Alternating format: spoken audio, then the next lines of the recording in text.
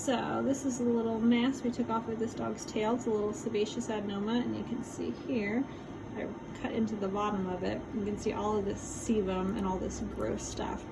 So this would periodically leak, and this dog would chew it and self-traumatize, but that's the shmoo that comes out of these guys. And you have to make sure you remove all of this, or it'll continue to secrete it. And this is all inflamed. So this should be curative for that dog.